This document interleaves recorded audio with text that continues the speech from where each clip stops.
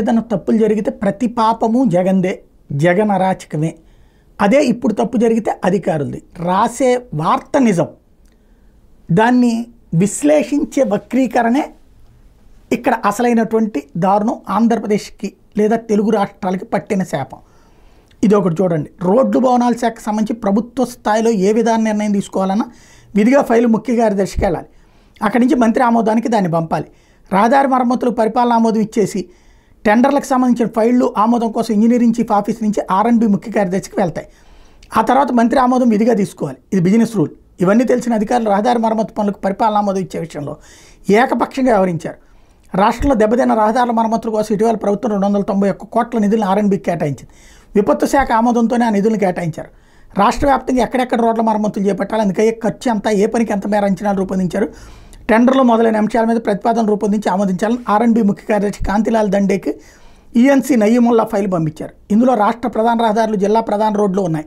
సగటున ఒక్కో కిలోమీటర్ మరమ్మతుకి ఎంత ఖర్చు అవుతుంది, వర్కులు ఏ ప్రాతిపదికన కాంట్రాక్టర్కి ఇవ్వబోతున్నారు, కీలక అంశాలు అందులో ఉన్నాయి. ఈ ప్రతిపాదనల ఫైల్కి దండే ఇటీవల ఆమోదం తెలిపారు. ఆ తర్వాత దాన్ని R&B మంత్రి BC జనార్దన్ రెడ్డికి పంపించాలి.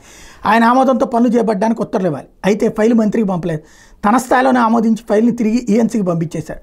ENC నయీముల్లా ఈ విషయాన్ని గుర్తించారు, కానీ మంత్రి ఆమోదం తీసుకోవాలన్న విషయం ముఖ్య కార్యదర్శికి నివేదించలేదు. ఫైల్ రాగానే వెంటనే పనులు కాంట్రాక్టులకు అప్పగించేలా నిర్ణయాలు తీసుకున్నారని తెలిసింది. రోజులు గడుస్తున్న ఫైల్ తన దగ్గరికి రాకపోవడంతో మంత్రి తన PSతో వాకప్ చేయించినట్టు సమాచారం.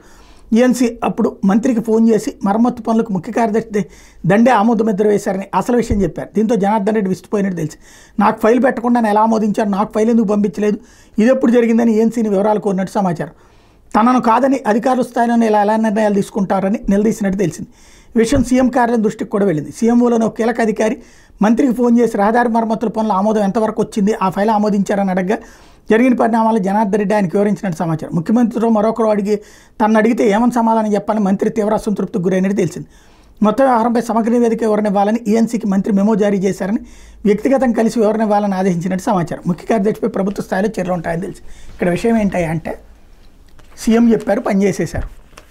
ఇది మంత్రికి కోపం వచ్చింది. మంత్రి ఆంధ్రజ్యోతి రిపోర్టర్కి చెప్పారు, ఈ విషయం రాశారు. ఇదివరకు కూడా జరిగినాయి. అప్పుడు కూడా అధికార యంత్రాంగాలు వాళ్ళు చేసుకెళ్ళిపోతారు, జగన్ పేరు చెప్పుకుంటారు అక్కడ. అప్పుడు జగన్ని దోషిగా చూపించాం, లేకపోతే ఏ సజ్జలను దోషులుగా చూపించాం. మంత్రులు అప్పుడు ఇదే, ఇప్పుడు ఇదే. సమస్య ఏంటంటే ముఖ్యమంత్రులకి పూర్తి స్వేచ్ఛ ఉన్నటువంటి, అంటే ముఖ్యమంత్రులు అధికారుల మీద డిపెండ్ అయితే అధికారులకి ఇక్కడ స్వేచ్ఛ అన్నటువంటిది ఎక్కువైనప్పుడు మంత్రులని ఓవర్టేక్ చేయడం అనేది జరిగిపోతూ ఉంటుంది. ఇది అసలు వాస్తవం. అప్పుడు కూడా ఇట్లాంటివే జరిగింది. కానీ ఆ రోజున ప్రతిదీ కూడా జగన్ని దోషిగా చూపించారు. ఇప్పుడు అధికారులను దోషులుగా చూపెడుతున్నారు. విషయం అయితే త్రూ మంత్రి ద్వారా వెళ్ళాలన్నటువంటి ఒక ప్రోటోకాల్ మర్చిపోయారన్నటువంటి వార్త వాస్తవం.